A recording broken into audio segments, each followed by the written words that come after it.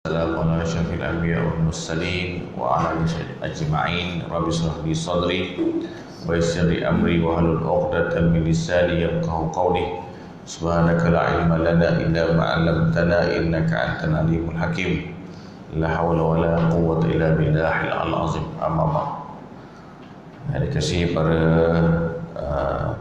peserta Tafaqquh Fiddin bagi subjek tauhid. Alhamdulillah, kita bersyukur biiznillah ta'ala akhirnya benarkan kita masuk ke 10 hari terakhir malam ni, insyaAllah malam 20 hari ni 19 malam 20 baru saya tak kira hari Isnin malam ganjil malam 21 Qadar. InsyaAllah, Alhamdulillah. Jadi pagi ni sebelum kita tengok yang silibus kita tengok sikit lah cerita pasal Al-Qadar. Mudah-mudahan kita ada ilmu tentang Lailatul Qadar, dan yang paling penting kita pastikan kita beramal soleh lah. Istiqamah dalam kita memastikan kita dapat Al-Qadar tu. Dengan cara yang paling mudah, kita terus beribadah daripada hari ini sehinggalah berakhirnya bulan Ramadan, insyaAllah. Baik, kita tengok sikit. Jadi yang pertama sekali dia kata dalil Al-Qadar. Dalil Al-Qadar. Al-Qadar tu Lailatul Qadar. Lailah tu malam. Lailah malam. Al-Qadar tu malam, pahala dia berganda ataupun malam nasib ditentukan. Aduh, mana ni Allah Ta'ala berfirman dalam surah Al-Qadar, a'udzubillahi minasyaitonirrajim, Lailatul Qadri khairum min alfi syahrin. Ayat 3 maksudnya malam Al-Qadar itu lebih baik daripada malam 1000 bulan. 1000 bulan 83 tahun lebih 4 bulan. Itu dia masa lah. Jadi dia adalah untuk kita rebut peluang ni. Sebab kita umur kita pendek kan. Umur kita 63 tahun je. Jadi dalam 3 tahun tu pahala kalau kita dapat mencapai. Jadi apa saja kita buat malam tu akan dapat pahala, bergandaan pahala. Cuma ada orang tanya baru ni, Ustaz, kalau kami menghias rumah kan, pasang langsir baru contohnya. Itu saya rasa Allah alam. Tapi yang dimasukkan oleh Rasulullah ni ibadat sebenarnya, bentuk ibadat khusus. Ibadat khusus ya. Adapun untuk langsir rumah tu, itu ketika menyambut Ramadan. Kita sambut Ramadan tu dengan kemas rumah, cantikkan rumah. Itu ada ulama semua. Tapi yang akhir ni tak ada lah. Okey. Yang kedua, Al-Qadar hanya khususkan untuk umat Muhammad. Sebenarnya Lailatul Qadar ni untuk umat Muhammad aja. Umat lain tak ada. Nabi bersabda, Allah Ta'ala telah memberikan kepada umatku malam Al-Qadar dan tidak memberi ini pada umat sebelum mereka. Okey, maksud dia kata Al-Qadar tu ialah maksud sebab dinamakan, kenapa dinamakan Al-Qadar? Kerana kedudukan yang sangat tinggi dan sangat agung. Satu yang keduanya kerana dia kata malam tu Allah Ta'ala tentukan perkara nasib hamba je. Itu ada juga maksudnya. Dua. Baik, seterusnya keutamaan Lailatul Qadar. Antara keutamaan yang terdapat pada malam tersebut, amalan kebaikan yang dilakukan pada malam tersebut lebih afdal daripada amalan yang dilakukan selama 1000 bulan. Mana kita buat amalan malam tu lebih afdal. Kalau kita buat 1000 bulan pun tak dapat nak tandingi malam tu kan. Itu yang penting tu. Yang kedua, dia kata keutamaan dia terdapat kejadian-kejadian ghaib bagi para hamba yang diizinkan Allah untuk melihatnya. Siapa Allah izinkan dapat melihatlah malam tu. Dia tak sama dengan malam lain. Tak sama. Cumanya kita nampak sama. Ada orang nampak lain. Itu Allah Ta'ala beri kelebihan lah masing-masing. Jadi kalau nampak benda-benda yang dikatakan ajaib, itu rezeki lah. Kalau nampak Ustaz, dia berbagai bukanlah satu je. Berbagai disebut kejadian-kejadian gaib, benda-benda yang pelik lah. Gaibiat Allah Ta'ala buka kan. Yang ketiga, sperma orang kafir tidak menjadi janin jika dia berhubungan badan pada mana tersebut. Bagi orang kafir ni, kalau dia bersama dengan isteri dia, maka tak jadi benih mana tu. Ini misalkan dalam kitab Bushrul Karim, dia jelaskan, kata wa min khasa isiha annaha la yanaqidu fiha nutfatul kafirin. Dia kata daripada keistimewaan malam tersebut, maka tidak akan terakad benih ataupun air mani orang-orang kafir. Maka tak jadi anak dalam malam tu. Sebab orang tu berkat. Kalau dapat malam tu. Tapi kita tak suruh benda tu. Nabi kata, Nabi apa? Malam 10 terakhir ni Nabi mengikat kainnya kan. Maknanya meletakkan kain tu, Nabi fokus ibadat. Baik. Tanda-tanda dia. Tanda-tanda Al-Qadar tu. Yang pertama, suhu cuaca pada pagi harinya dan keadaan tidak panas dan tidak dingin. Mana pagi hari tu tak panas sangat dan tak dingin. Sederhana suhu dia, suhu cuaca tu.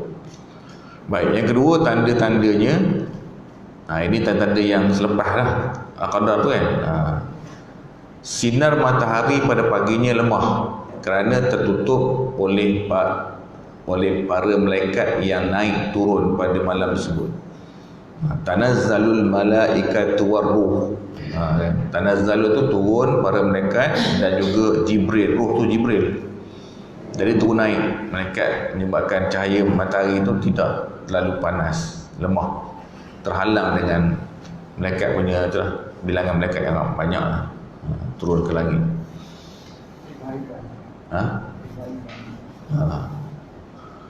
Yang ketiga, air laut menjadi tawar, tidak masin pada malam Al-Qadar. Air laut menjadi tawar, tak masin. Ini pengalaman ulama lah ulama dia, pengalaman dia. Baik, faedah dia. Para ulama menjelaskan bahawa hikmah mengetahui tanda-tanda tersebut setelah berakhirnya Al-Qadar kan, ada dua. Ada dua. Kenapa perlu tahu tiga tanda tu? Sebab kata hikmah dia ada dua. Pertama, dianjurkan untuk tetap bersemangat dalam ibadah pada pagi harinya. Dia nampak tu, Al-Qadar semalam, pagi hari tu pun tetap juga buat ibadat, mengaji, menderma. Mana janganlah kata, dah lepas dah, tak semangat tu dah. Contohnya kan. Saya dah tidur malam tadi, alamak, tak dan lah. Pagi tu pun ulama kata buat juga.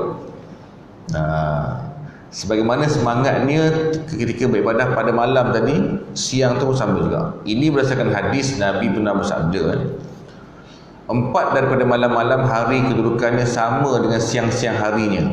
Ada 4 malam, pagi dia sama, malam siang sama pahala dia. Allah mengabulkan sumpah hambanya, bebaskan hamba dari neraka dan beri pahala yang besar-besar. Yang dimasukkan malam tersebut malam Al-Qadar dan pagi harinya. Malam Al-Qadar dan pagi harinya. Mana malam pagi dia sama je. Pagi dekat mana? Pagi dekat mana? Kalau ikut sebelum asar. Kalau ikut hari tu, kalau macam ingatlah hari Jumaat kita surah Kahfi tu baca malam dan hari Jumaat kan. Baca tu mesti bila asar tu habis maknanya. Mana tak ada lepas asar. Macam takbir kan, takbir raya asar kan. Mana asar tu habis kan. Sebab belah tu malam tu dah kira hari lain. Lailatul Qadar dan harinya, malam nisfu Syaban dan siang harinya. Pun sama juga kedudukan Malam Arafah dan pagi harinya. Dan malam Jumaat dan pagi harinya. Jadi kita ambil yang itulah, mana membaca surah Kahfi tu daripada malam Jumaat, pada maghrib tu sampai asar.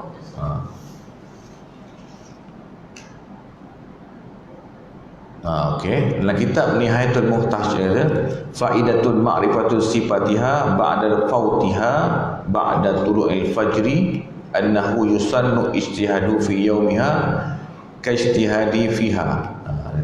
Faedah kita tahu sifat, kita tahu faedah, kita dapat tahu malam tadi tu Al-Qadar. Setelah berakhir subuh tu, faedah dia kata disunatkan kita berijtihad, bermujahadah, terus ibadat pada harinya seperti malam dia. Itu faedah dia, tahu nampak tu ibadat. Kita pula tahu lemah tu orang, wah habis dah. Tu tak betul tu. Masih dapat lagi.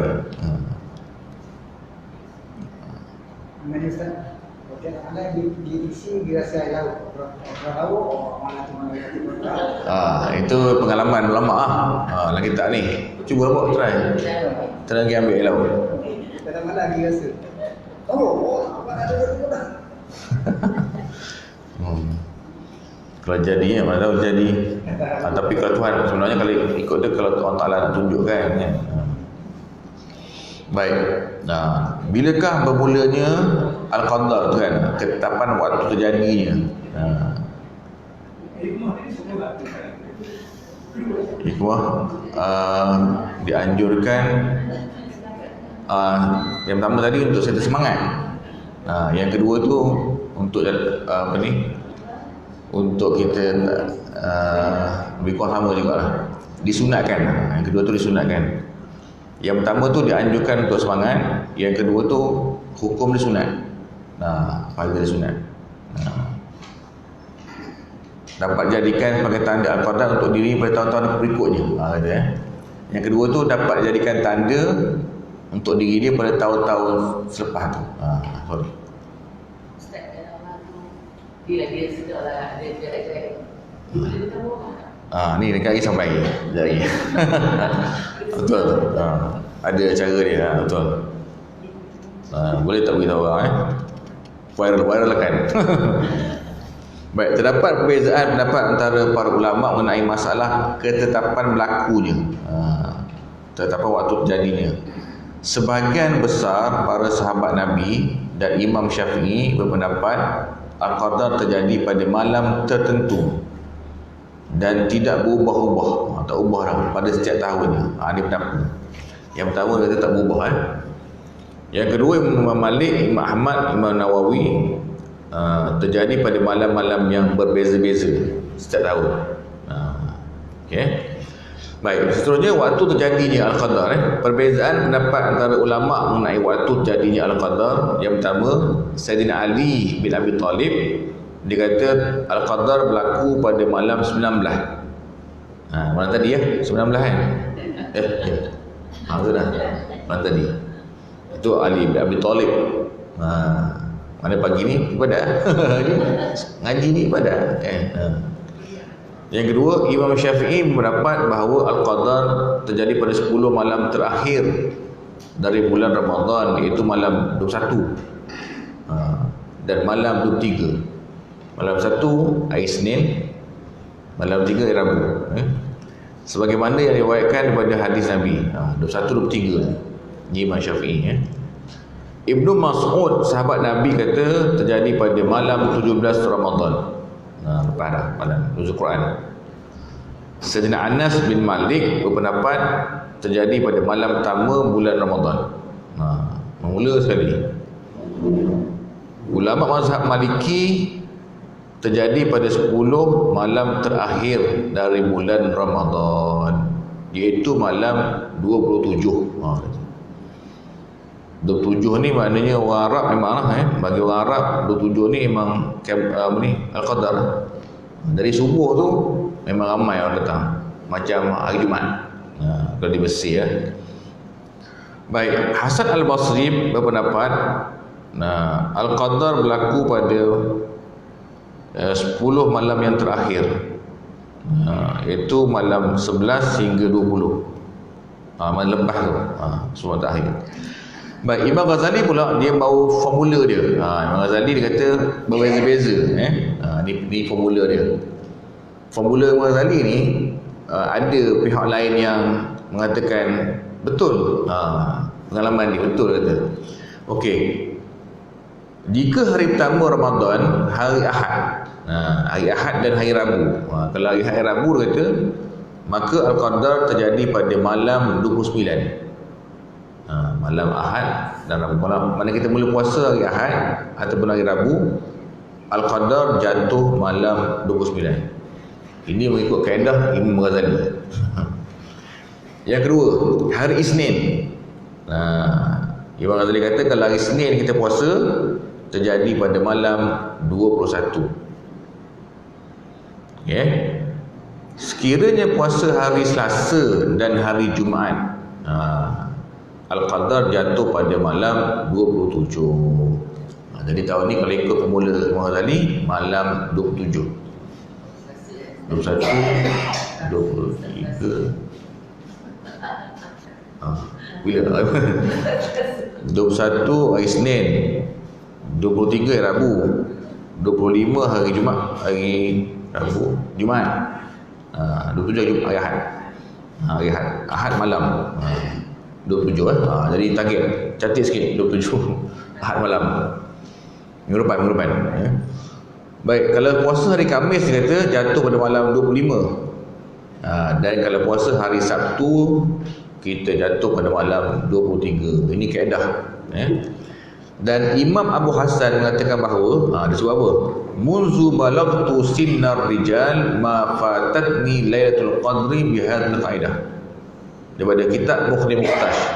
Okey, ini testimoni testimoni oleh Imam Abu Hasan kata, semenjak aku masuk usia baligh, aku belum pernah lagi meninggalkan malam Al-Qadar dengan guna kaedah yang disebut oleh Imam Ghazali tadi.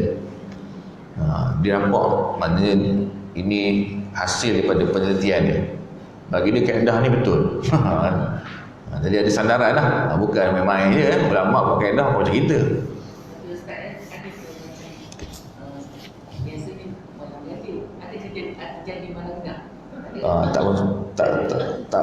Tak mustahil juga, Allah Alam lah.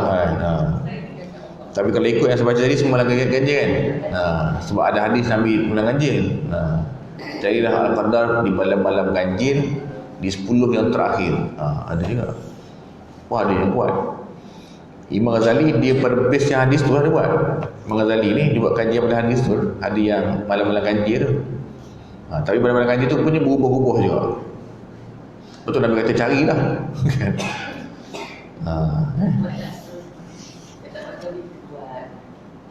Betul lah, itu yang cerdik kan. Orang yang cerdik macam tu lah. Okey, tapi dia ada kontra dengan ni pula formula ni. Sebagai ulama yang lain berpendapat Al-Qadar jadi pada waktu yang berbeza-beza. Kata sesuai dengan hari masuk Ramadan. Ini ulama lain pula yang buat formula. Dia kata kalau puasa Jumaat terjadi malam 29. Ini ulama lain lah, tak sebut nama Kalau puasa hari Sabtu, Al-Qadar jatuh malam 21. Dia ni dia tak ada pair, dia satu. Kalau jatuh malam Minggu, kata hari Minggu, Al-Qadar jatuh pada malam 27. Nampak tak sama kan? Kalau Imam Ghazali kata Selasa. Tapi dia kata malam Minggu. Baik, pada hari Isnin Al-Qadar jatuh pada malam 19. Dia ada 19.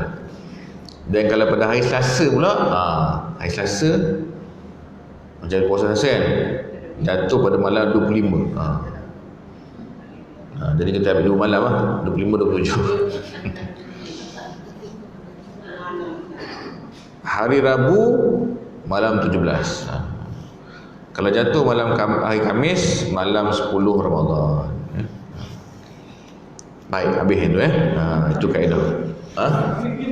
Kalau Rabu, yang last kali itu kata kalau hari Khamis, kalau puasa hari Khamis jatuh tanggal 10 Ramadan. terjadi pada malam-malam ganjil setelah 10 Ramadan. Maknanya tak tentu. Mungkin 11, 13, 15. Semua ganjil ke?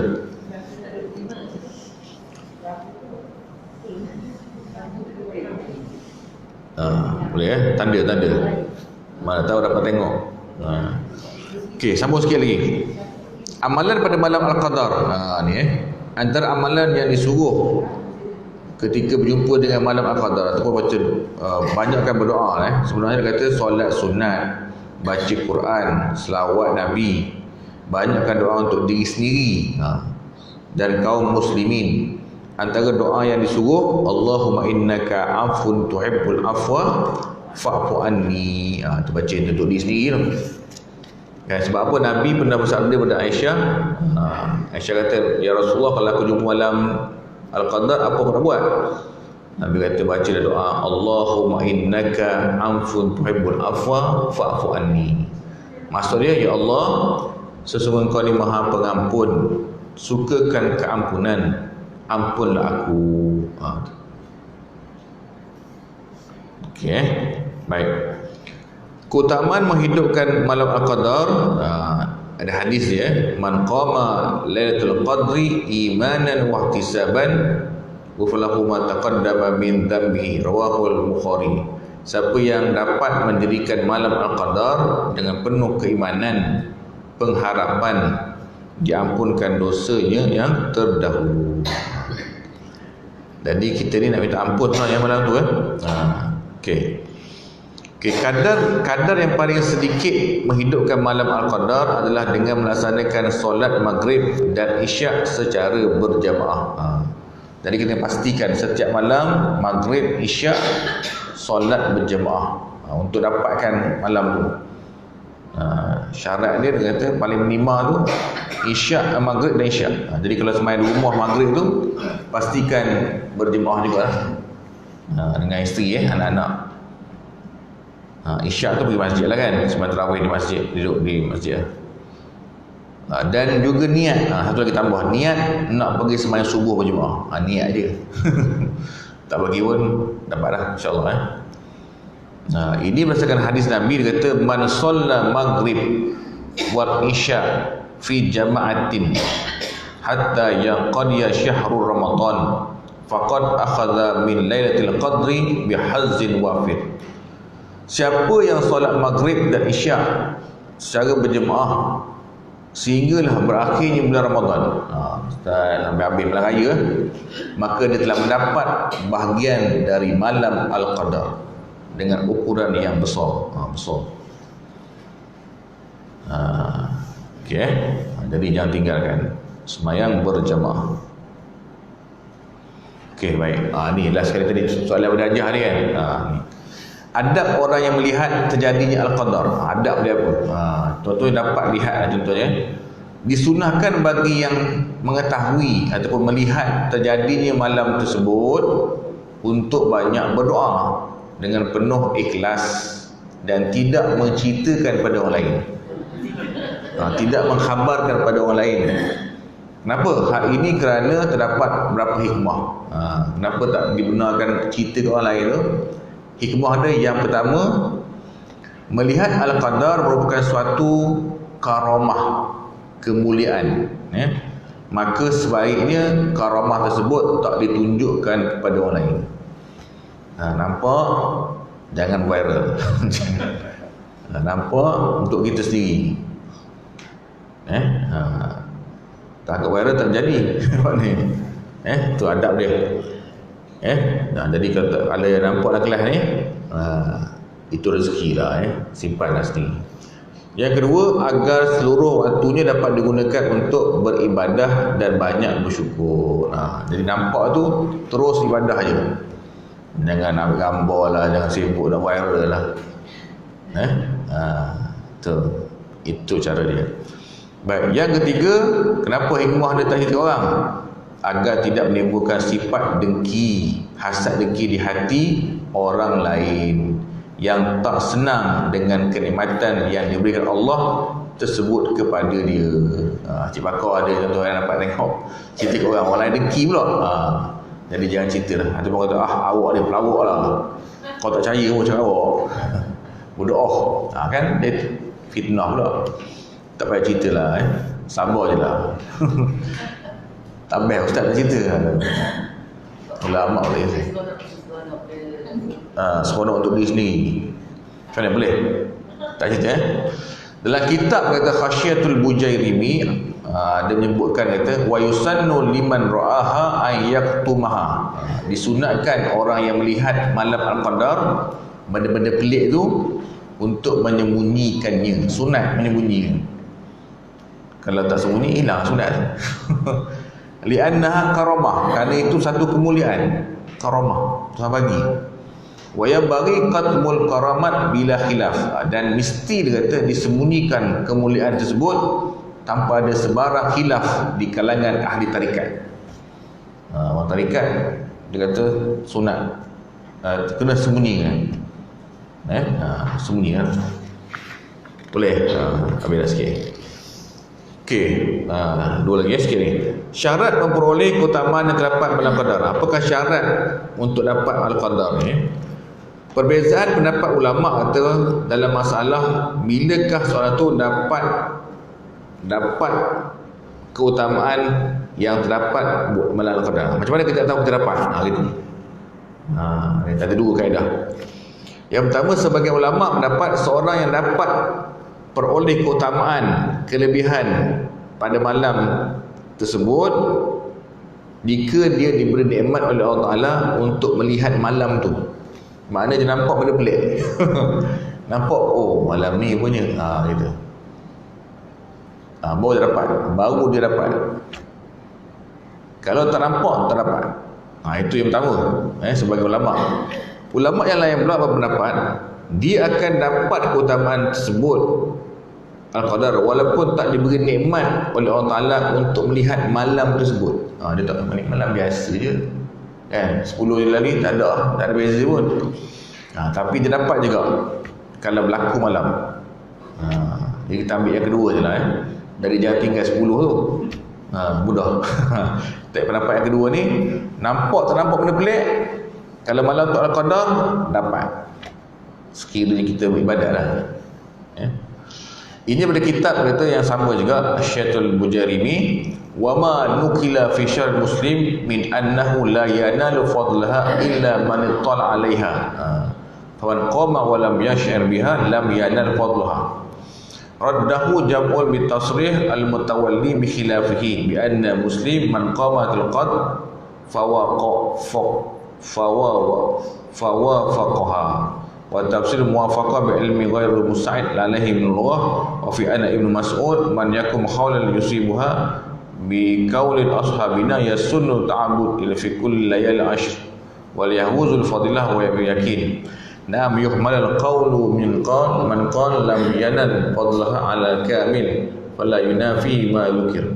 Ni dia kata-kata ulama ni dia menyokong pendapat tadi lah. Yang pertama tu kata man anlahu la yanal fadlah, siapa yang dia tak nampak fadilat malam tu, maka dia tak rasa, maka dia tak dapat. Maknanya kalau dia rasa, dia merasa tak, dia tak nampak dan tak rasa. Dia okey, tadi kan ada dua kan. Pertama yang nampak, dia nampak, dia rasa lah. Maka dia dapat malam tu. Siapa yang tak nampak, tak dapat. Itu yang pertama faman qamaha wa lam yashar. Tapi ada juga kata siapa yang mendirikan malam tu, dia tak nampak lah, dia tak rasa lah. Walam yash'ar lam yanal fadlah, tak sampai fadilat dia. Itu pendapat pertama. Pendapat yang kedua mengatakan bahawa sebaliknya. Maknanya walaupun malam tu ibadat, tapi dia tak nampak, mana tak rasa suara tu, dia tetap dapat juga malam tersebut. Ada dua. Okey. Sebenarnya antara kesan berjaya malam tu bila kita berubah perangai sebenarnya. Kita berubah tingkah laku, lebih baik, lebih ada perubahan yang baik. Dari itu yang tuan-tuan kita kena buat. Amalan yang diterima tu akan kesan ni pada behavior kita lah, perangai kita. Kalau perangai jahat, mana macam tu juga, dekat bawah aku dapat Al-Qadar, sanksi rasa. Takkan sama pula kan, tak sama. Okey, itu maksudnya. Baik, akhir sekali, tingkatan keutamaan waktu malam. Ada tingkatan dia. Baik, ulama dia buat kategori malam-malam ni. Yang pertama kata malam Al-Qadar, menurut pendapat sebagian ulama mengatakan yang paling tinggi sekali darjat dia malam Al-Qadar. Itu sebagai ulama. Ulama lain pula kata malam lahirnya Rasulullah. Lebih afdal daripada malam Al-Qadar. Itu dulu Okey, yang kedua malam Isra wa Mi'raj. Itu pun malam yang nombor 2, ranking kedua, malam Isra Mi'raj. Ranking yang ketiga malam Arafah. Gaji malam Arafah. Tuan, malam yang keempat malam Jumaat. Ni setiap hari dia boleh malam Jumaat. Dan malam yang kelima barulah malam nisfu Syaban. Wallahu a'lam. Habis cerita. Boleh cubalah kita beramal ibadat di bulan 10 yang terakhir ni. Okey, kita lihat je tadi 2 minit boleh. Pencatat. Muka surat berapa nanti 264 264. Wajib percayakan kiamat bawah tu.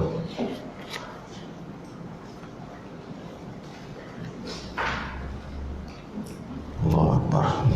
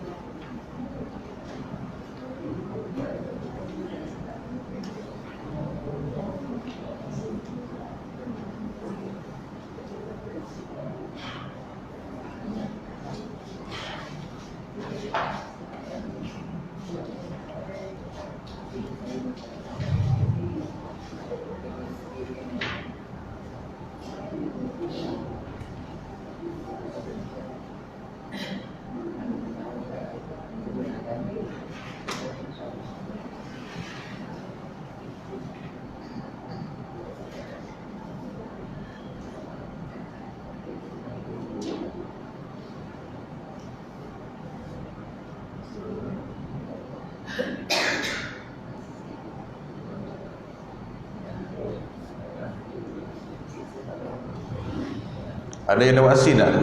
Cucuk dah. Sudah, dua-dua dah. Satu ya? Bagi pula. Kalau Sinovac satu kan? Sinovac sekali je lah. Ada macam Pfizer. Ya. InsyaAllah. Benar. Alhamdulillah. Okay, baik. Sebelum kita masuk ni, saya nak share kata-kata ulama' ni. Dia kata di hadapan kamu ada 10 malam terakhir. Kurangkanlah tidurmu, khatamkanlah apa yang kamu patut khatam, jimatkan rehatmu, berpenatlah di dalam amal ibadatmu, berbekallah untuk hari akhiratmu. Dunia ini suatu yang akan berakhir. Kurangkanlah masak makan makan kena kurang.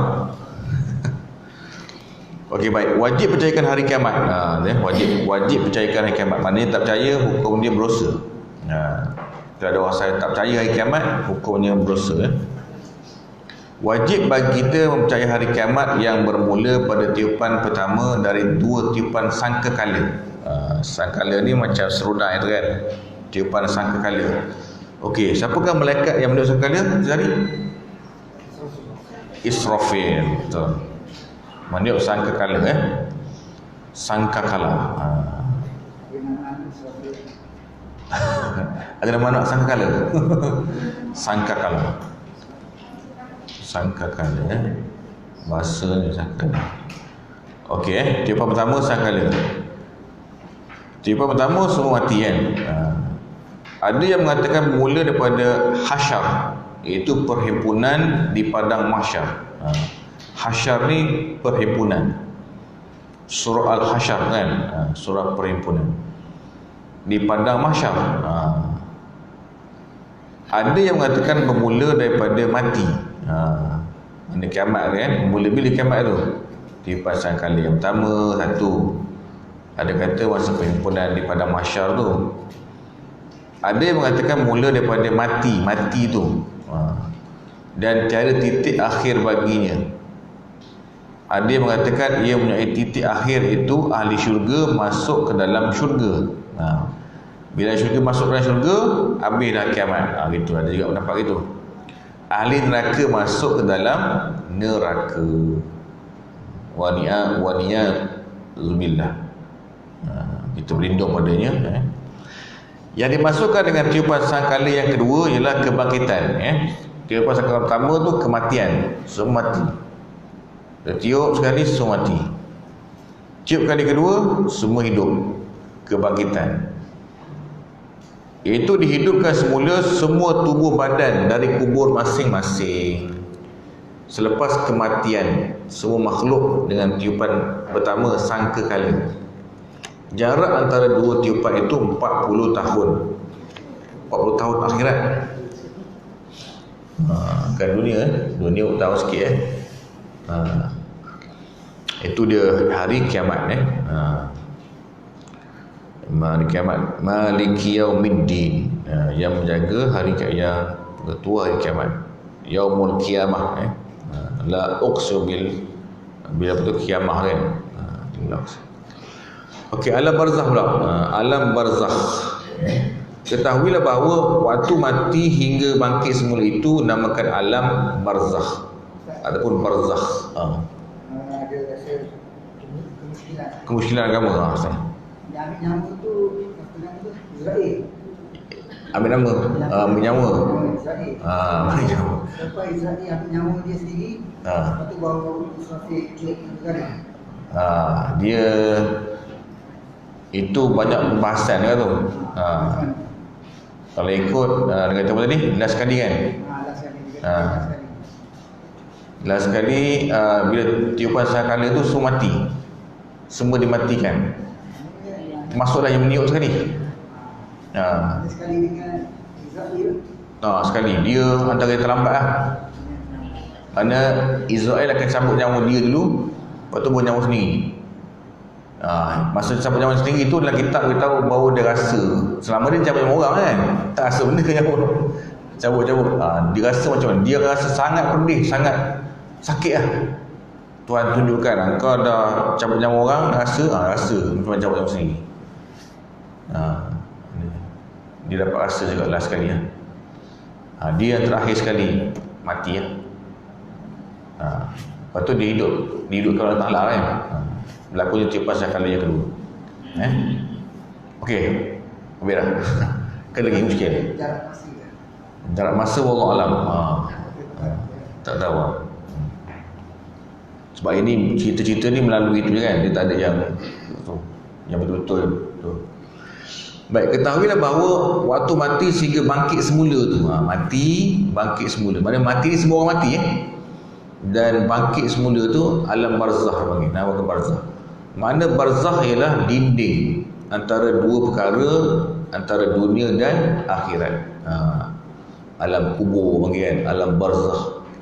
Sesungguhnya orang yang mati itu termasuk dalam alam barzakh, akan masuk dalam barzakh. Mati dia ke mana sekarang ni dia? Alam barzakh. Baik, kita wajib i'tiqad, wajib percaya azab kubur dan nikmatnya. Azab kubur tu wajib percaya, sebab itulah kita doa kan. Sebelum salam apa doa kita? Allahumma inna na'udzubika min azabil qabri wa azabin nar. Ya Allah, lindung aku daripada azab kubur dan azab api neraka. Jadi azab kubur ni, masuk kubur tu akan ditanya oleh malaikat.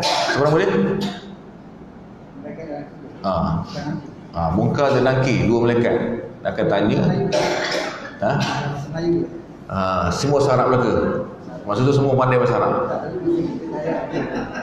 Terakhir tu sebaik kalau dah baca dengar di telinga baca kuat bahasa Arab.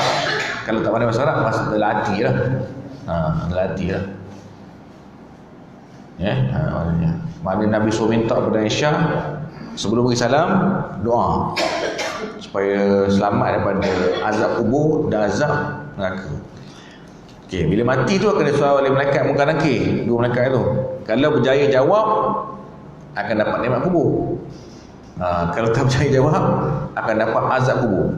Dua je dalam kubur ni, azab ke nikmat.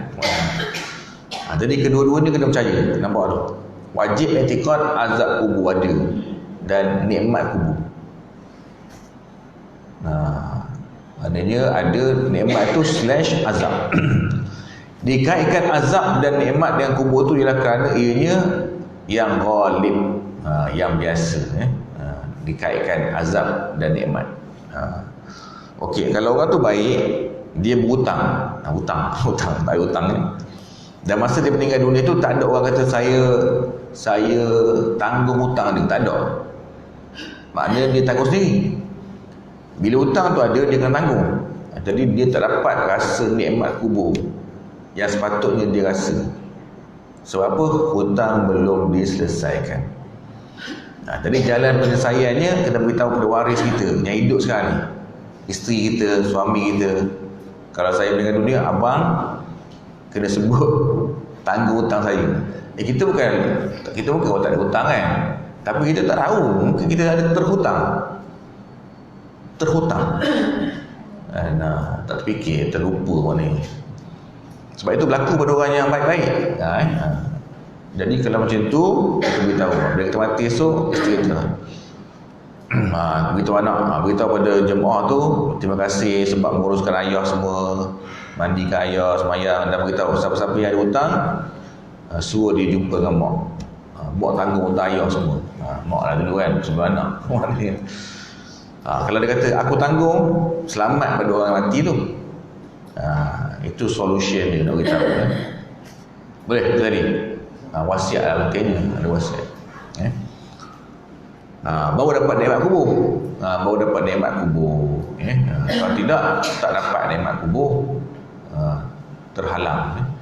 Baik, dikaitkan dengan azab dan nikmat. Nikmat kubur ni apa? Nikmat kubur ni kubur tu luas, sejauh mata memandang. Yang pertama. Yang keduanya, dia kata tidur. Nikmat kubur tidur apa je? Tidur macam tidur pengantin. Itu kena gerak bangun. Bangun-bangun. Hari dia bangun. Kan sebab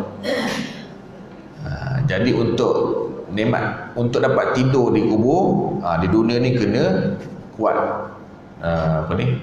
Kerja lah. Itu kena mulai melangkah. Mulai bersedekah penat. Dunia ni penat, di kubur kita rehat. Dia kata penat lah nak rehat pula. Rehat dalam kubur pun. Okey, jika tidak maka setiap mayat yang diseksa Allah akan diseksa sama ada dikubur atau tak dikuburkan. Kalau dia mati kena bahan khimah ke, kena juga azab, tetap ada kubur dia. Tetap kena juga.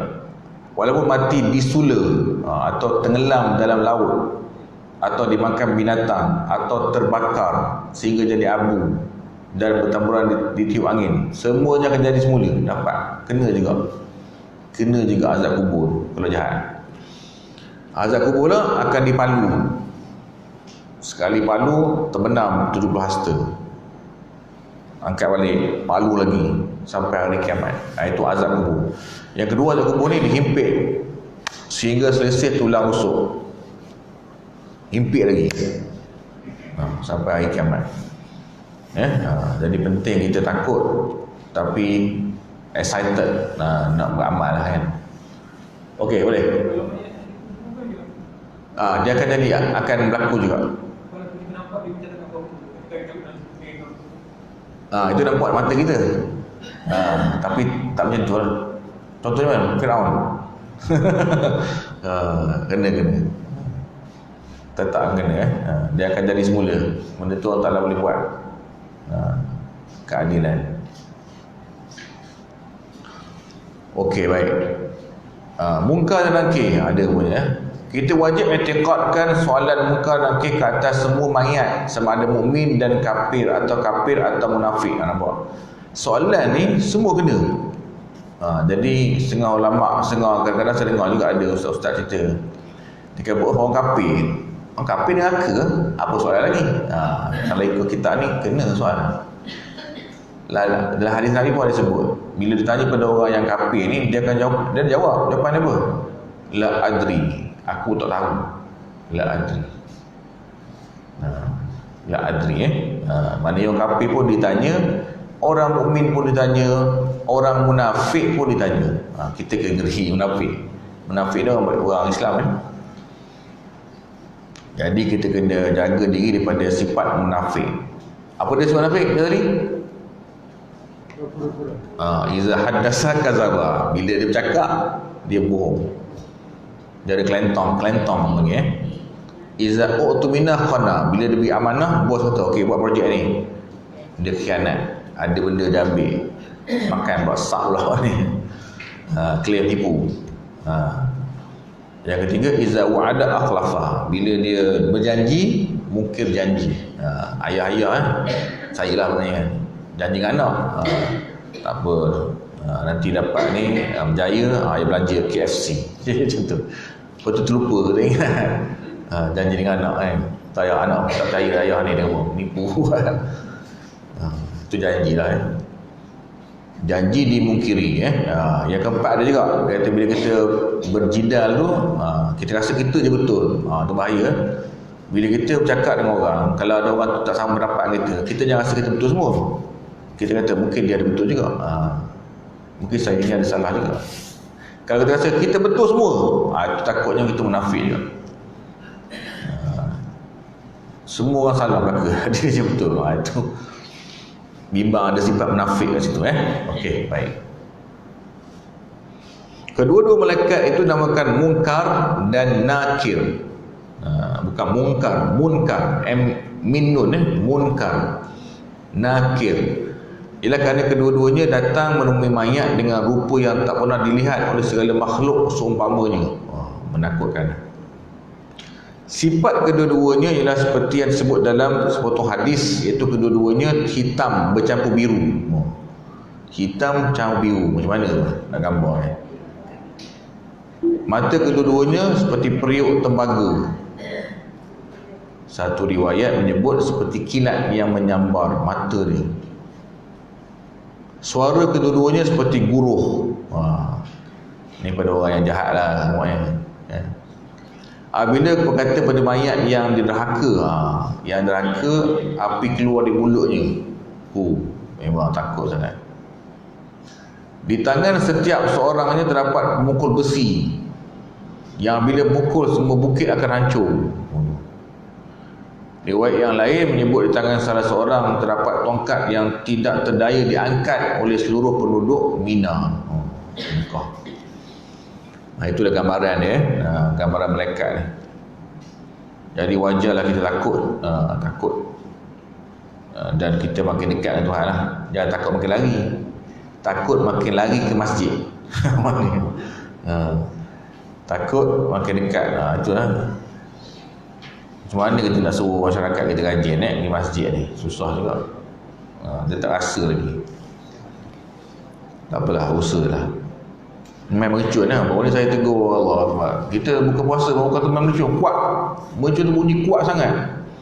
Kalau orang ada darah tinggi tu pensen kan, dengar. Hukum dia dosa. Main mercun ni kalau dia menyakiti hati orang, jiran dia terutamanya, hukum dosa. Dosa besar. Jadi kena beritahu masyarakat, janganlah nak main waktu dekat, nak main jauh padang tak ada orang, berdosa maknanya. Okey, menurut kaul yang sah, kedua-dua malaikat menyoal seorang mukmin yang taat dan yang bermaksiat. Nampak kaul yang sah, mana pendapat yang betul, yang benar. Malaikat ni dia akan soal sama ada orang tu taat ataupun tidak taat. Kepada orang mukmin, kedua-duanya bertanya dengan lemah lembut. Orang mukmin apa? Yang beriman kan. Dan bila jawapannya betul, kedua-duanya pun berkata kepada mukmin itu, tidurlah engkau dengan nyenyak. Tidurlah kenapa? Tidurlah kamu dengan nyenyak. Tidur tu lah tadi. Macam tidur pengantin tu. Tidur. Kedua-dua malaikat itu akan menyergah orang munafik. Dan orang yang kafir. Orang kafir kena sergah lah orang munafik. Jangan kita bimbang munafik je lah. Takut kita jadi munafik. Orang kafir, kafir yang pandai lah kena sergah.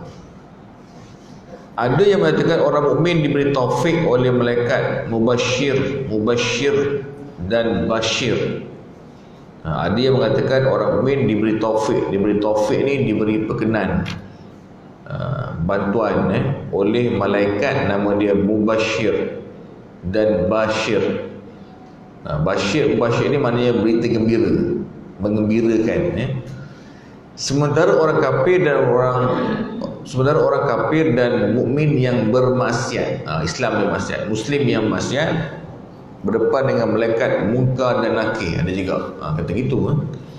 Maknanya orang baik-baik ni malaikat mubashir dan bashir. Ini pendapat lah, yang dia akan tolong dia, bantu dia. Ada yang mengatakan kedua malaikat itu disertai oleh satu malaikat lain yang namakan Nakur. Munkar, Nakir, Nakur, 3. Adapun tentang sebutan bahawa satu malaikat bernama Roman terlebih dahulu datang sebelum kedua-duanya adalah berasal daripada sebuah hadis maudhu'. Maudhu' ni hadis yang tak sahih. Dan dia mengatakan hadis dhaif. Ada pula Roman. Dia banyak cerita. Dia banyak versi dia. Jadi nak beritahu ada je, cukuplah kita tahu ada dan kita beramal soleh.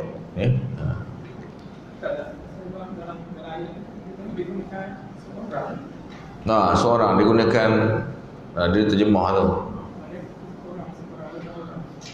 Macam orang. Yalah. Dia nak pilih, dia orang kot. Dia datang macam orang. Datang macam orang. Dalam kubur tu. Wallahu alam, tak tahu. Mungkin dia berupa macam orang kan, rupa sebab dia bukan rupa sunnah dia. Rupa besar kan. Mungkin dalam bentuk tadilah digambarkan besar kan, mata biru, macam orang juga.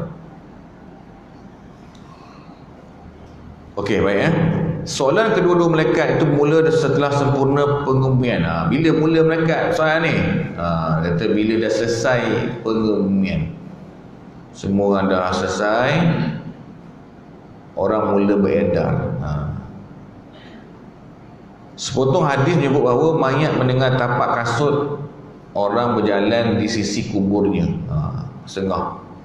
Ada riwayat Nabi kata 7 tapak kaki orang yang terakhir sekali meninggalkan kubur. Bermulalah sesi soal jawab.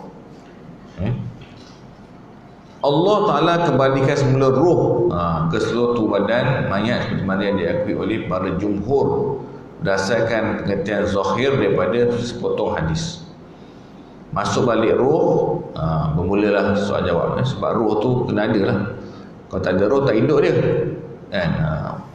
Sakit semua roh. Syekh Ibn Hajar berkata bahawa roh itu dikembalikan kepada anggota sebelah badan saja. Dia juga kata sebelah badan je ada roh tu.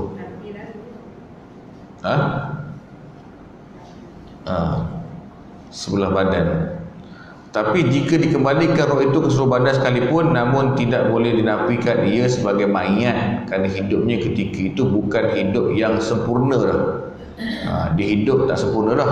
Dia jangan rasa sakit tu. Dia nak rasa punishment tu, hukuman tu. Jadi perlukan roh dalam tu. Keadaannya antara mati dan hidup seperti tidur. Mati hidup macam tidur.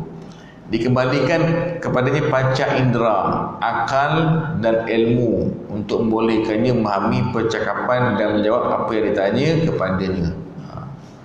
Jadi kita akan jawab ikut ilmu kita. Ilmu tu dapat balik kan. Allah Ta'ala bagi balik ilmu, akal. Itu je maknanya. Bukanlah hidup yang sempurna lah ya. Baik, keadaan orang yang ditanya itu berbeza-beza ya. Setengah mereka ditanya oleh kedua-dua malaikat kerana mahu menekannya. Tengok keadaan ya. Setengahnya tanya oleh salah seorang malaikatnya untuk menenangkannya. Dia tengok. Itu asasnya kita lah kan. Satu malaikat atau seorang malaikat berada di sebelah hujung kaki mayat dan seorang lagi berada di sebelah kepalanya. Setiap soalan di muka itu sekali saja. Tak ada ulangan lah. Dengar betul. Memang kata betul lah, takut kan dengar. Menurut hadis dan dari Asma, setiap soalan ditanyakan 2-3 kali. Tiga pendapat. Daripada Hallah diriwayatkan orang mukmin berulang kali ditanya selama 7 hari. Orang kafir ditanya berulang kali selama 14 hari. Kedua-dua malaikat menyoal dengan bahasa si mayat mengikut kaul yang sahih. Ini berlainan dengan pihak yang mengatakan dalam bahasa Suryani. Semua mayat ditanya tanpa mengira sama ada anggota-anggotanya bercerai-berai atau itu berada dalam perut binatang sekalipun. Kerana mudah bagi Allah mengembalikan segala anggota yang ada padanya dahulu. Maknanya kalau kena makan, dia faham dia pun, semuanya akan jadi sempurna balik ditanya oleh malaikat. Baik. Apabila berapa jemaah berada di sebuah negeri yang berjauhan, mati dalam satu masa, mereka disoal dalam satu masa itu juga. Maknanya boleh buat malaikat Israel ni boleh. Masa sama boleh. Qurtubi menyebut bahawa potongan hadis yang tidak sepakat mengenai kaifiat soal jawab. Di antaranya mengatakan yang ditanya pada mayat itu ialah setengah i'tiqadnya, keyakinan dia. Ada yang mengatakan ditanya tentang segala perkara itu syahadah. Tanya pada syahadat, iman dengan Nabi Muhammad, dan tentang tauhid, syahadah tu kan. Mayat akan menjawab sesuai dengan keadaannya ketika mati, sama ada beriman, kufur ataupun syak. Jadi maknanya kita akan ingat masa tu jawapan dia, ikut keadaan dia. Baik, ada riwayat mengatakan bahawa para anbiya tidak disoal. Ada riwayat. Setengah pihak mengatakan yang tak disoal lagi ialah golongan siddiqin yang benar, syuhada yang mati syahid dalam perang, pasukan murabbitin, pengawal-pengawal sepadan yang memisahkan antara kaum muslimin dan kaum Wahabi. Orang yang berizam dengan baca tabarakalladzi biyadihil mulku wa huwa ala kulli syai'in qadir. Ini fadilat orang yang baca tabarakalladzi setiap malam sebelum dia tidur. Tabarakalladzi surah Al-Mulk atau Al-Mulk. Jadi bacalah kalau habis tarawih 95 tu dah lagi baca tak? 95 tu minta jadi imam baca. Saya pun cadang nak buat gitu juga. Tengok tarawih habis 9.45 malam, jadi ada 15 minit lagi. Waktu tarawih ni, waktu tarawih. Bagus kalau dia ahli rumah tu tidur tu. Betul kan? Saya pun nak cuba juga lah, malam sebut akhir ni kot kita baca antara ibadat kan, baca Quran. Jadi dikatakan mereka ni pun tergolong pada siddiqin, syuhada, yang mana mereka ni tidak disoal. Tidak disoal oleh munkar nakir. Maknanya kesudahan yang baik lah. Husnul khatimah. Husnul khatimah. Kan 30 ayat je nak baca tu, alangkah banyak cabaran.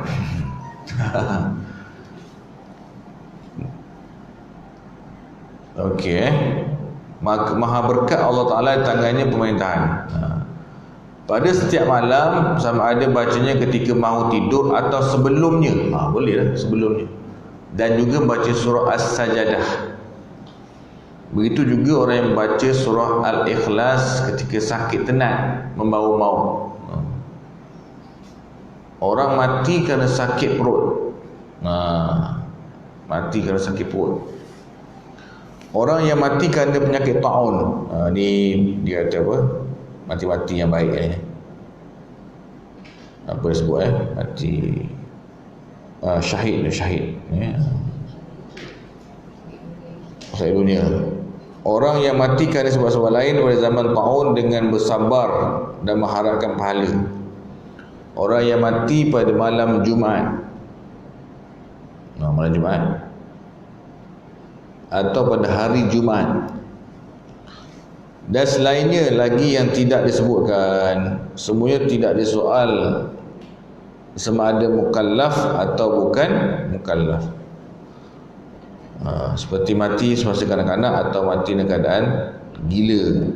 Bila gila dari kecil dan kekal sehingga mati, kedua-duanya tidak disoal.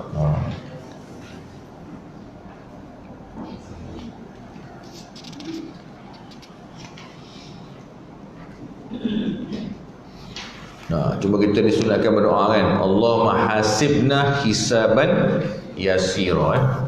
Ya Allah, hisab kami, kalkulit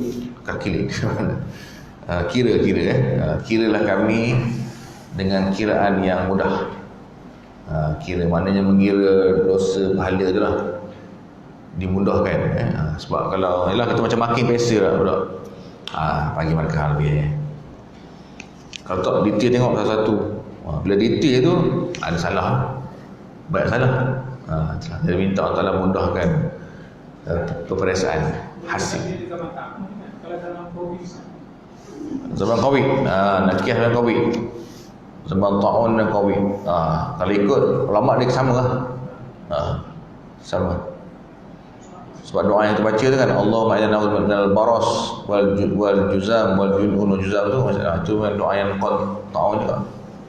Doa untuk perlindungan daripada balak, pada wabak. Covid ni tapi kita itulah maknanya akidah je lah. Kena kukuhkan akidah. Covid lah.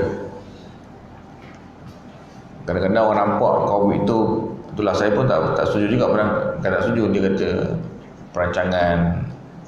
perancangan orang jahat lah kan. Tapi kalau kita fikir perancangan manusia je tu kan, Allah Ta'ala lebih hebat merancang ni.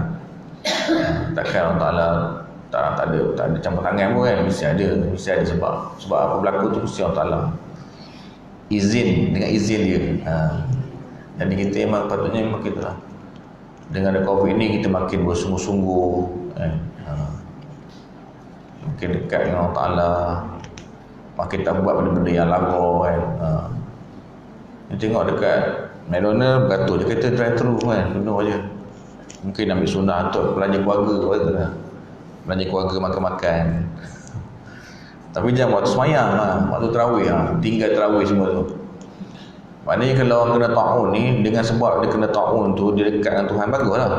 Macam kita hari ni kata nampak, kita percaya Covid makin naik ni, 4,000 dah semalam kan. Hari ni mungkin naik lagi. Apa tindakan kita? Tindakan kita, okey, kita beritahu kepada kita tak boleh tinggal masjid.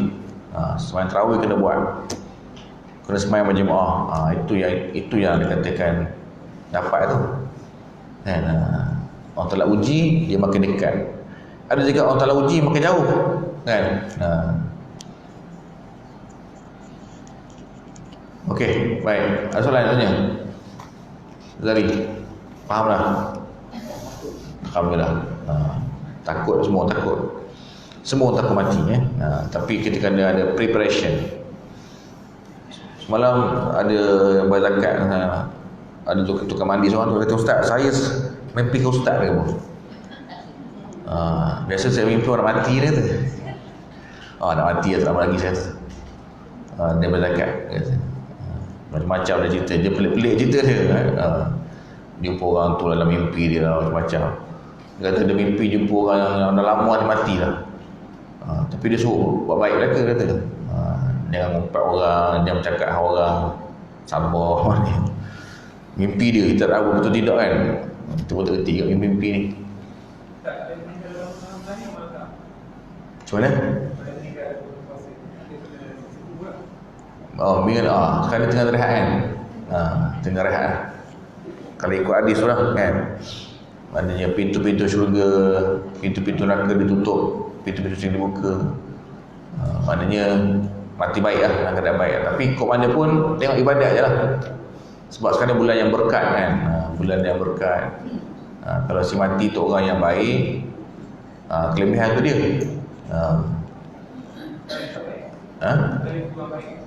Yang kurang baik kena juga lah, mungkin tak kena lagi kan. Mungkin dirahatkan dulu. Tugasan kita ni doa lah kan? Doa betul.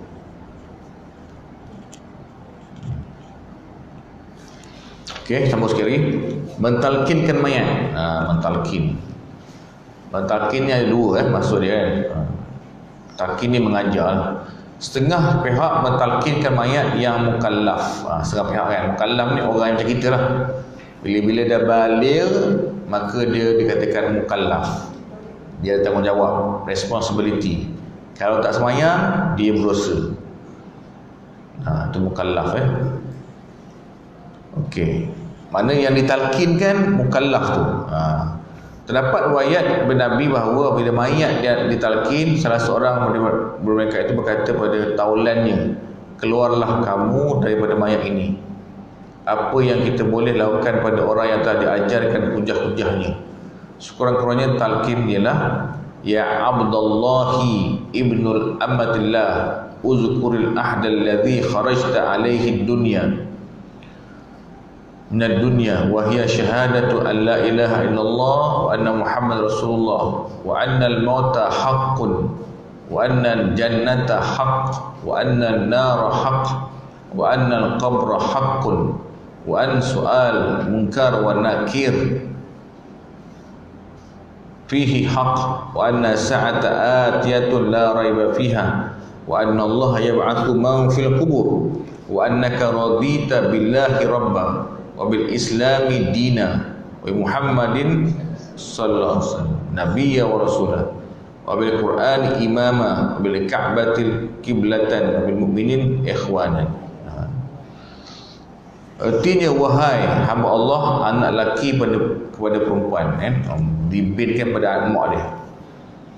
Hamba Allah, ingatlah akan janjimu yang mana engkau telah meninggalkan dunia ini, iaitu penyaksian bahawa tiada Tuhan melainkan Allah, bahawa Nabi Muhammad pesuruh Allah, bahawasanya kematian itu benar, syurga itu benar, neraka itu benar, kubur itu benar, pertanyaan munkar nakir juga benar, bahawasanya hari kiamat itu akan tiba tiada ragu padanya, dan bahawasanya Allah Ta'ala akan bangkitkan siapa sahaja dalam kubur.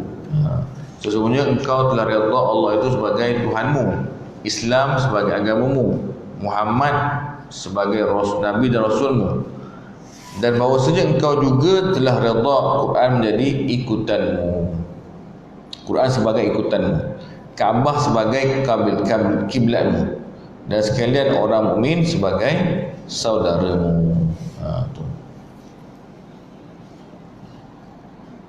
Orang yang mentalkinkan disunatkan duduk di sebelah kepala mayat dan menghadap muka jenazah mayat dan belakangkan kiblat, sama ada mayat itu lelaki dan perempuan. Okey, ini satu pendapat. Pendapat yang kedua kata talqin ni adalah dengan mengajar orang sebelum dia mati. Lakinu mautakum la ilaha illallah. La ilaha illallah, baca telinga dia. Itu ketika jenazah. Allah, kata sebut ayat panjang Allah. Pastikan di akhir kalam Allah. Kalau dia masa kita buat tu Allah dia ikut, betul lama tu senyap betul dia minta nak air dia apa? Dah haus nak air. Itu kena semula balik semula. Dah ajar semula. Dia mesti akhir kalam dia Allah. Dan talqin yang kita buat yang macam disebut tadi, itu ada perbahasan ulama Biasanya ustaz-ustaz ni ambil hadis Nabi ni lepas habis dah kubur semua, Nabi berdiri dan Nabi berdoa. Nabi beri tazkirah sikit dan berdoa. Sebab apa yang dia cerita ni semua ni, dia kata kalau dia dengar pun tak boleh buat apa dah. Sebab dia dah mati. Dah mati. Dah ada juga satu hadis beritahu supaya baca Yasin. Orang nazak ni baca Yasin lah. Sebab Yasin tu dia cerita pasal kiamat dan dia boleh menenangkan jiwa orang yang sedang nazak. Maknanya baca Yasin. Yasin boleh dibaca sebelum dan selepas mati. Jangan kita baca selepas je, sebelum boleh. Sebab ada hadis suruh baca Yasin. Lakinu mautakum bi Yasin. Ajarlah jenazah kamu dengan Yasin. Okey, boleh faham. Itulah yang bid'ah tu yang dikatakan dibaca tu, wahai sebulan bi sebulan, ketahuilah kamu sekarang ni berada begini kan, akan dulu malaikat datang. Itu yang disebut oleh ulama Nabi tak buat itu. Nabi hanya buat Nabi berdiri dan doa dan beritahu supaya doa kawan tu. Itu yang kata bid'ah tu yang Nabi tak buat tu. Ada juga hujah di situ kan. Kata-kata yang sebab apa dia kata hujah dia, orang tu dah mati. Dah mati tak boleh buat apa dah. Dia peringatan bagi yang hidup lah. Jadi Nabi dibangun tu, dia beri peringatan pada yang hidup. Dan Nabi minta orang hidup doakan si mati dan kubur tu. So masa tu dia perlukan doa. Dia perlukan doa. Dengan doa kita tu boleh ubah status dia dengan izin Allah lah. Ada orang tu dia ahli neraka, asalnya hadis lah. Tapi sebab ramai orang doa pada dia, Allah Ta'ala tukar dia jadi ahli syurga. Jadi tanggungjawab kita adalah doa tanpa mempertikaikan lah. Okey, sikit lagi sama. Azab atau siksa kubur. Kita wajib percaya azab kubur yang menimpa badan dan roh seluruhnya menurut kata-kata Ahlul Haq. Inilah muktamad, pendapat yang dipegang. Maknanya azab tu akan menimpa roh dan badan. Azab itu menimpa orang kafir, orang munafik, dan juga orang yang derhaka di kalangan orang yang beriman. Azab ini kekal menimpa orang kafir dan munafik, kekal dan terputus bagi setengah orang mukmin yang derhaka, itu mereka yang diringankan dosanya. Orang mukmin azab tu tidak berpanjangan lah. Azab yang ditimpa kata mereka selaras dengan doa mereka, dosa mereka selaras dengan dosa dia tu. Jadi kena azab tu kenapa? Sebab dosa dia ada. Kadang-kadang azab daripada mereka diangkat disebabkan doa. Nampak? Dia ni kena azab kan, tapi sebab doa tu, doa kita ramai. Kan saudara berkata kalau datang semuanya jenazah 40 orang ke atas ataupun 100 orang, mereka tu Allah Ta'ala izinkan menolong, membantu si mati tu. Sekiranya si mati tu dalam keadaan ahli neraka, dia akan jadi ahli syurga. Boleh dengan izin Allah lah. Dalam hadis tu kata saya elok 40 orang, tapi kalau 39 orang pun dikira juga. Dia taklah reject angka tu, nak beritahu ramai lah, ramai. Campur lelaki dan perempuan sekali. Lelaki 20, perempuan 20, boleh campur. Jadi perempuan boleh semayang jenazah Orang dulu jarang perempuan semayang lah, lelaki. Haji Aziz tu ramai tu kan. Alhamdulillah, itu contoh dia. Contoh ramai orang semayang kan. Ramai orang tegak hati nak tunggu, nak stay. Bagus. Sebab semayang jenazah ni pahala dia besar. Kena pula bulan Ramadan.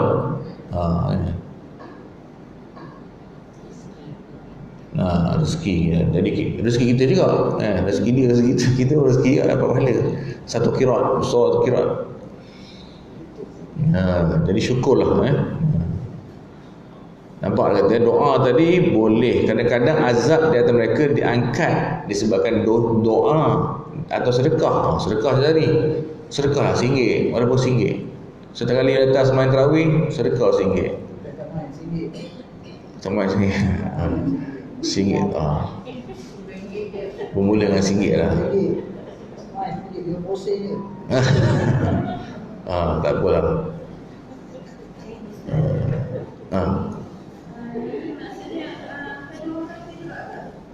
Yang mana tu? Doa ada orang kafir tak boleh doa.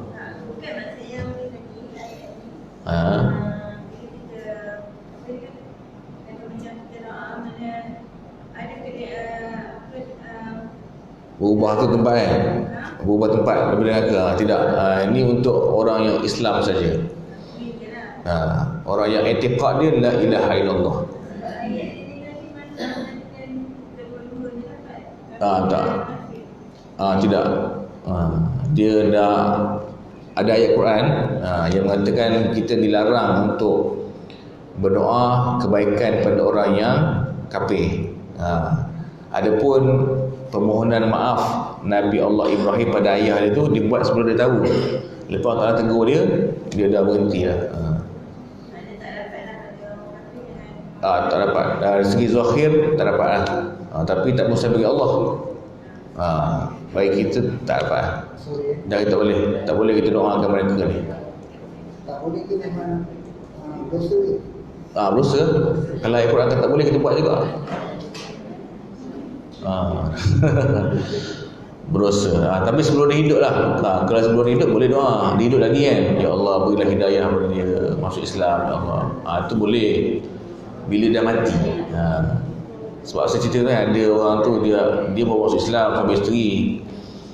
Mak dia tak Islam lagi. Jadi bila mak dia mati, dia doa lah mak dia kan. Lepas tu tanya Ustazah, boleh tak saya doakan mak saya? Dia kata, tak boleh. Dia kata, mana boleh gitu? Tak adil lah gitu. Dia kata, kesian mak saya. Tak boleh ada gitu pula. Itu maknanya i'tiqad. Mati sebelum, maknanya dia mati dalam keadaan bukan Islam. Tak boleh doa selepas matilah. Kecuali dia mati Islam boleh doa.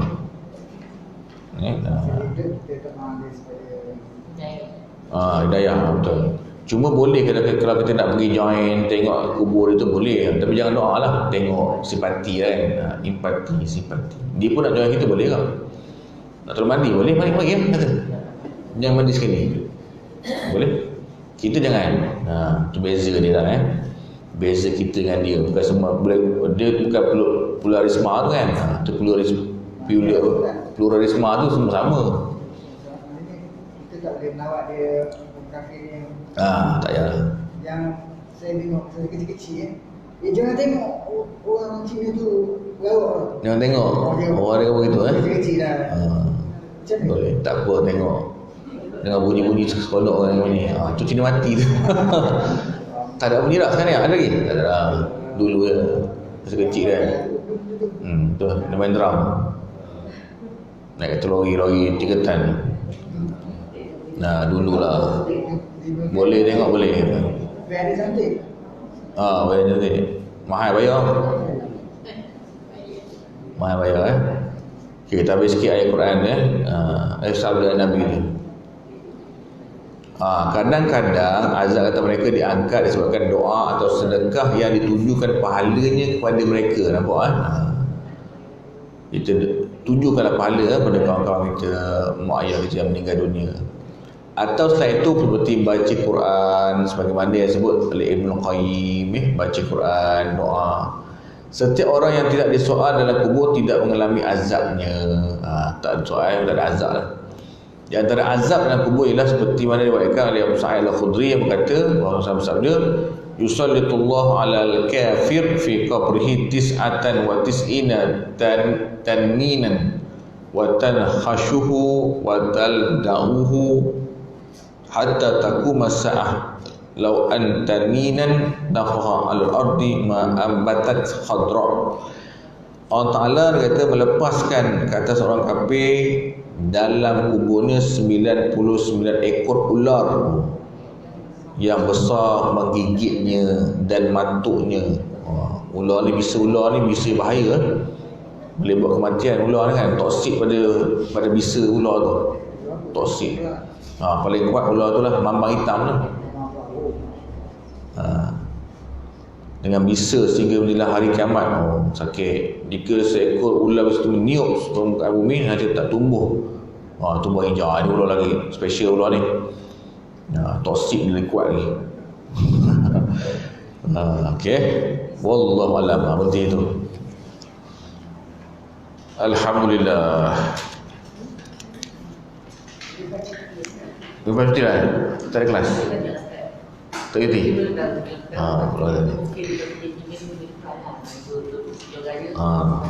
Saya sokong je. Boleh juga. Okey, insya-Allah kita doa sikit. Bismillahirrahmanirrahim. Alhamdulillahirabbil wassalatu wassalamu ala asyrafil anbiya wal mursalin wa ala sajma'in. Allahumma inna nas'aluka 'ilman nafi'an wa qalban khashi'an wa rizqan halalan thayyiban wa nas'aluka 'amalan mutaqabbalan. Takhassanna bil 'izzati wal jabarut wa atasamna bi rabbil malakut wa tawakkalna 'ala la yamut. Isrif anna hadzal bala wal waba innaka 'ala kulli syai'in qadir. Wa sallallahu ala sayyidina Muhammadin wa ajma'in walhamdulillahi rabbil alamin.